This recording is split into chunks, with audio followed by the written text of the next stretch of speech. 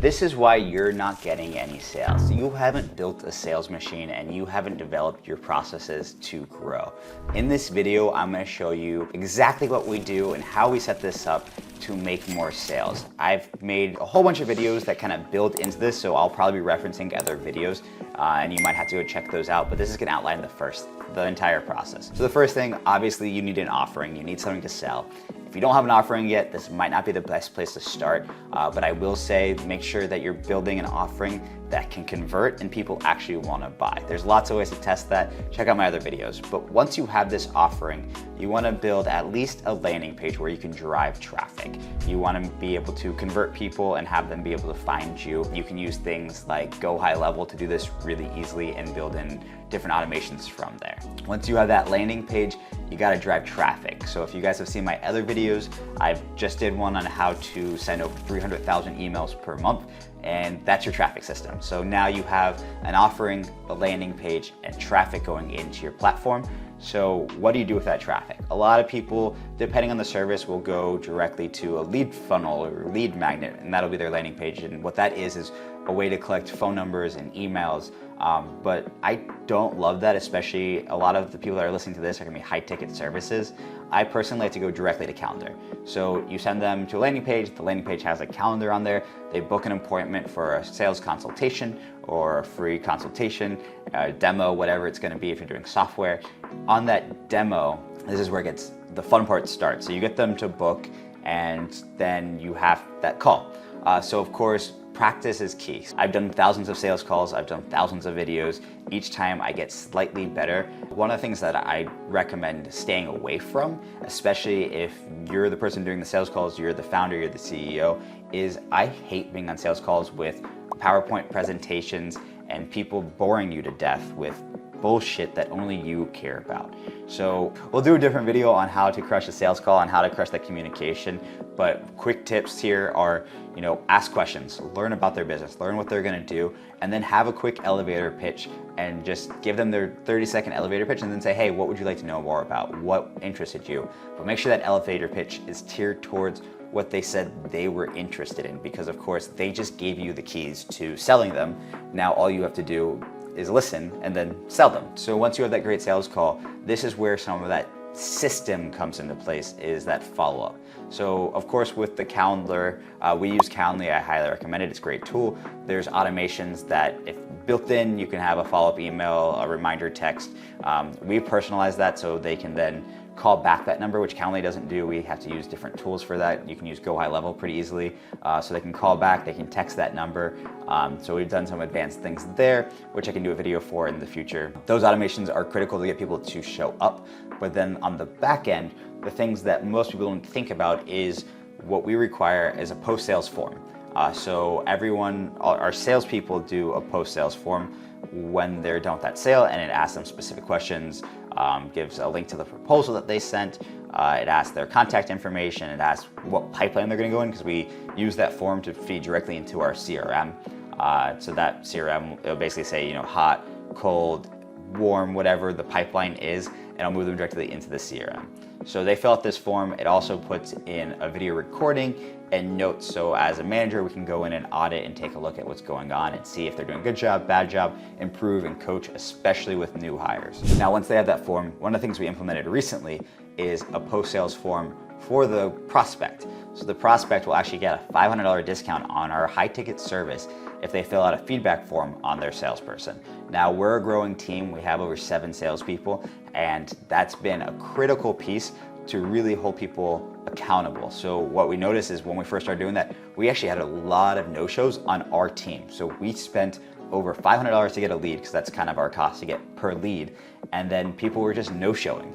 And then they would always have an excuse. But I will tell you, after 2 weeks of doing this, where people would send pissed responses about no-shows, and obviously we talked to those salespeople, it hasn't happened again.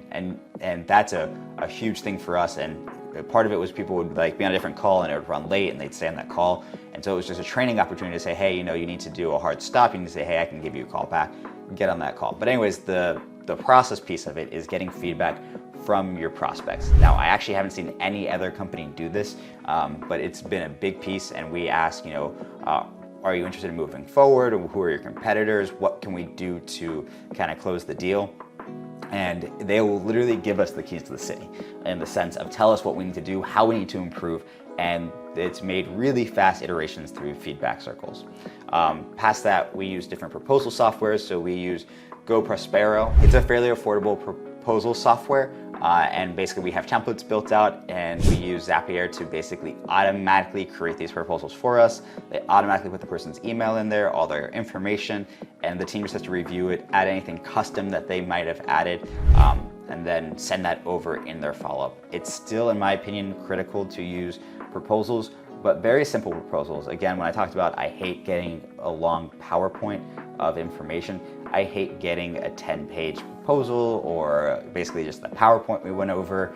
There's no value. I'm never gonna look at that. You're never gonna look at that. So why would we send it? So our proposal is basically one long page. It kind of keeps scrolling, but it's almost a landing page. And honestly, I think you could develop this through, a landing page software, but the nice thing is people can sign it, it can convert to a PDF, and it has all the information. We embed videos in there, talk to them through each step, the onboarding process, and whatnot. So that's all sent.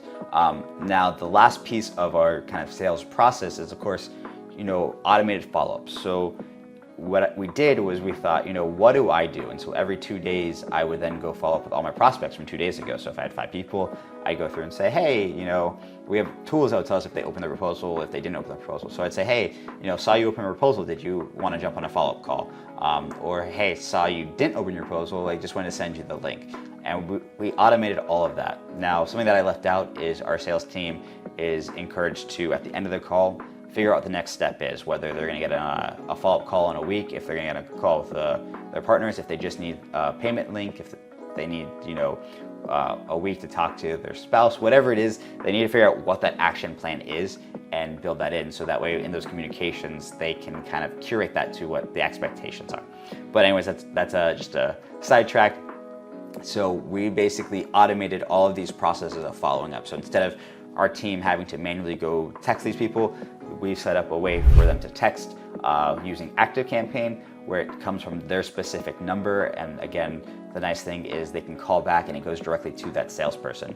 Now, you can't do that in Go High Level. You can use something close.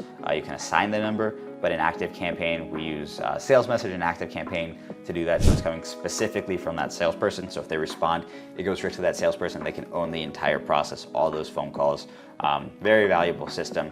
And of course, there's email automations that follow up with those text messages as well. Just saying, hey, I saw you open the proposal. Hey, I saw you didn't open the proposal. And a couple other steps along the way. But basically, we've automated everything that we were doing so that all that follow-up, all the salesperson needs to do is call them. And in our CRM, we actually built in reminders for our salesperson. After 5 days, make sure you call this person. After 10 days, make sure you call this person. After 15 days, is this still a warm lead, or do I need to move it down? And all these little things will help build your kind of system. Now, this might seem a little robust if it's just you, but I'll tell you, if you're planning to scale and really build a company, you should take the time and build all of these systems out, because they are so critical and they will help you convert, especially if you are able to build out an email marketing system like I showed in a different video, where you're reaching out to thousands of people and you're getting, we get over 600 book calls per month. Now, trickle that down to a show rate that decreases, and then obviously the conversion rate, so you have to figure all of that out. But you're gonna have a whole bunch of sales calls, and you've got to figure out how to build a process to talk to all these people and convert at a really high level. I hope this video gave you some ideas on where to go next in your sales process. If you have any questions, please make sure to leave a comment and subscribe. Thank you.